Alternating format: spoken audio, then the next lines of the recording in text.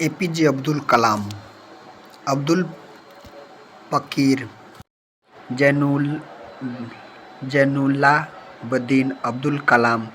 APJ Abdul Kalam missile man और जनता के राष्ट्रपति नाम से भी जाने जाते थे। भारतीय गणतंत्र के 11वें निर्वाचन राष्ट्रपति थे। भारत के पूर्व राष्ट्रपति जाने माने वैज्ञानिक, अभियंता, इंजीनियर के रूप में विख्यात थे। उन्होंने सिखाया, जीवनी में चाहे जैसे भी परिस्थिति क्यों न हो, पर जब आप अपने सपने को पूरा करने की ठान लेते हैं तो उन्हें पूरा करके ही रहते हैं। अब्दुल कलाम मसूदुद्दीन के विचार आज भी युवा पीढ़ी को आगे बढ़ाने के लिए प्रेरित करता है। उन्होंने मुख्य रूप से एक वैज्ञानिक और वैज्ञानिक के व्यवस्थापक के रूप में 4 दशक तक रक्षा अनुसंधान एवं विकास संगठन, भारतीय अंतरिक्ष अनुसंधान संगठन संभाला और भारत के नागरिक अंतरिक्ष कार्यक्रम और सैन्य मिसाइल के विकास के प्रयासों में भी शामिल रहे। उन्होंने बैलिस्टिक मिसाइल और प्रेक्षण यान औद्योगिक के विकास के कार्य के लिए भारत में मिसाइल मैन के रूप में जाना जाता है। उन्होंने 1974 में भारत द्वारा पहले मूल परमाणु परीक्षण के बाद दूसरी बार 1998 में भारत का पोखरान दूसरी परमाणु परीक्षण के एक निर्णय संगठनात्मक, तकनीकी और राजनीतिक भूमिका निभाई। कलाम सत्तारूढ़ भारतीय जनता पार्टी, विपक्षी भारतीय अंतर्राष्ट्रीय कांग्रेस दोनों के समर्थन के साथ 2002 में भारत के राष्ट्रपति चुने गए। 5 वर्ष की अवधि में सेवा के बाद वह शिक्षा, लेख और सार्वजनिक सेवा में अपने नागरिक जीवन में लौटे आए। उन्होंने भारत रत्न, भारत के सर्वोच्च नागरिक सम्मान सहित कई प्रतिष्ठित पुरस्कार प्राप्त किए।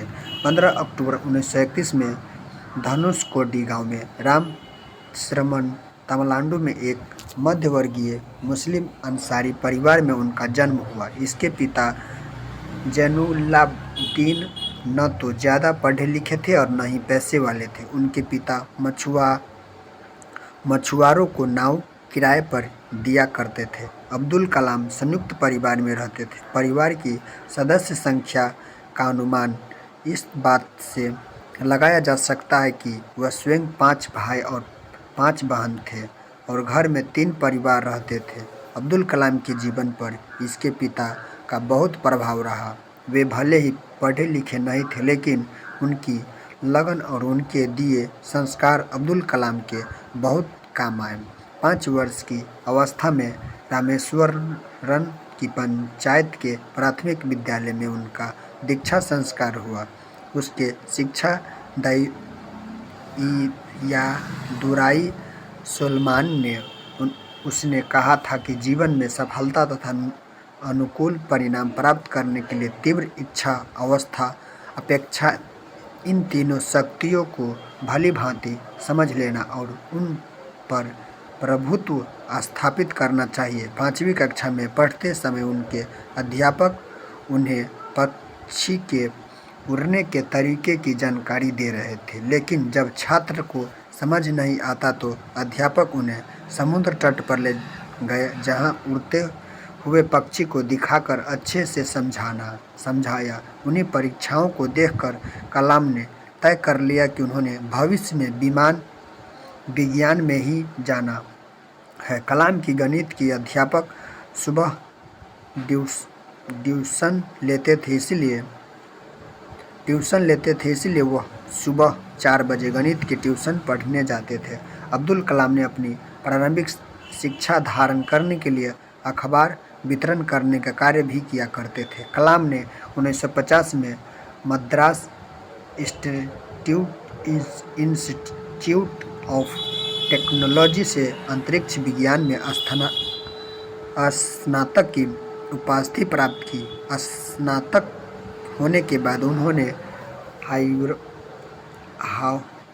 हॉवर्ड क्राफ्ट परियोजना पर काम करने के लिए भारतीय रक्षा अनुसंधान विकास संसाधन में प्रवेश किया। 1962 में वे भारतीय सुरक्षा अनुसंधान गठन में आए थे, जहां उन्होंने सफलतापूर्वक कई उपग्रह उपेक्षा परियोजनाओं में अपनी भूमिका निभाई। परियोजनाओं के निर्देश के रूप में भारत के पहले विदेश उपग्रह प्रेक्षण यान SLV-3 के निर्माण में महत्वपूर्ण भूमिका निभाई, जिसमें जुलाई 1982 में रोहिणी उपग्रह सफलतापूर्वक अंतरिक्ष में प्रक्षेपित किया गया था। 1972 में भारतीय सुरक्षा अनुसंधान संगठन से जुड़े अब्दुल कलाम को परियोजना महानिर्देशक के रूप में भारत का पहला विदेशी उपग्रह अपेक्षावस्त्र बनाने का श्रेय हासिल हुआ। 1980 में उन्होंने रोहिणी उपग्रह को पृथ्वी की रक्षा के लिए निकट स्थापित किया था। इस प्रकार भारत की अंतर्राष्ट्रीय अंतरिक्ष कवल का सदस्य बन गया। दूसरे लॉन्च व्हीकल प्रोग्राम को परवान चढ़ाने का श्रेय भी उन्हें प्रदान किया जाता है। कलाम ने विदेशी लक्ष्य भेदी नियंत्रित प्रक्षेपास्त्र को डिजाइन किया। उन्होंने अग्नि एवं पृथ्वी जैसे परमास्त्रों को विदेशी तकनीकी से बनाया था। कलाम जुलाई 1992 में दिवसीय 1999 तक रक्षा मंत्री के विज्ञान सलाहकार तथा सुरक्षा शोध और विकास विभाग के सचिव थे। उन्होंने राजनीतिक प्रक्षेपास्त्र प्रणाली का उपयोग आग्नेयास्त्रों के रूप में किया था। इसी प्रकार पोखरण में दूसरी बार परमाणु परीक्षण की परमाणु ऊर्जा के साथ मिलकर किया। इस तरह भारत ने परमाणु हथियार के निर्माण की रक्षा प्राप्त करने के लिए सफलता अर्जित की मांग। कलाम ने भारत की विकास स्तर को 2020 तक विज्ञान के क्षेत्र में नियुक्त अधीन करने के लिए एक विशिष्ट सोच प्रदान की। यह भारत सरकार के मुख्य वैज्ञानिक सलाहकार भी रहे।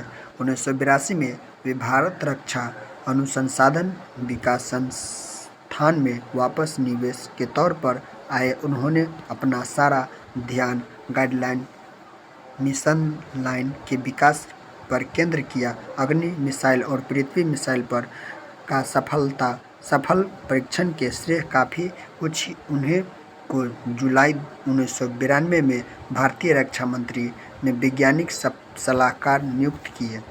उनकी देख रेख में भारत ने 1998 में पोखरण में अपना दूसरा सफल परमाणु परीक्षण किया। परमाणु शक्ति संपन्न राष्ट्रों के सूची में शामिल हुआ। राष्ट्रपति निर्वाचन हुए थे। उन्होंने भारतीय जनता पार्टी सहित NDN घटक दलों के अपना उम्मीदवार बनाया था, जिसका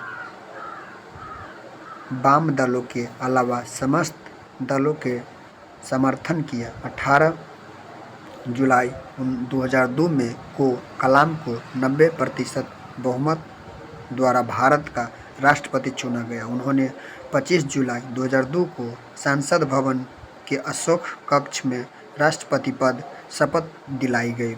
इस संक्षिप्त समारोह में प्रधानमंत्री अटल बिहारी वाजपेयी, उनके मंत्रिमंडल के सदस्य तथा अधिकारी उपस्थित थे। उनका कार्यकाल 25 जुलाई 2007 को समाप्त हुआ। अब्दुल कलाम व्यक्तिगत जिंदगी में बेहद अनुशासनीय प्रिय थे। यह सहकारी थे। उन्होंने अपने जीवन में विकास ऑफ फायर भारतीय युवाओं को मार्गदर्शन प्रदान करने का अंदाज में भी लिखी है। इनकी दूसरी पुस्तक guideline sold dialogues of the papers of file आत्मिक विचार उद्घाटित करती है। उन्होंने तमिलनाडु भाषा में कविताएं भी लिखी है। यह भी ज्ञान हुआ है कि दक्षिण कोरिया में इनकी पुस्तक काफ़ी मांग है और इसे बहुत अधिक पसंद किया जाता है। ऐसा ही वीडियो के लिए लाइक, कमेंट और शेयर जरूर करें। जय हिंद, जय भारत।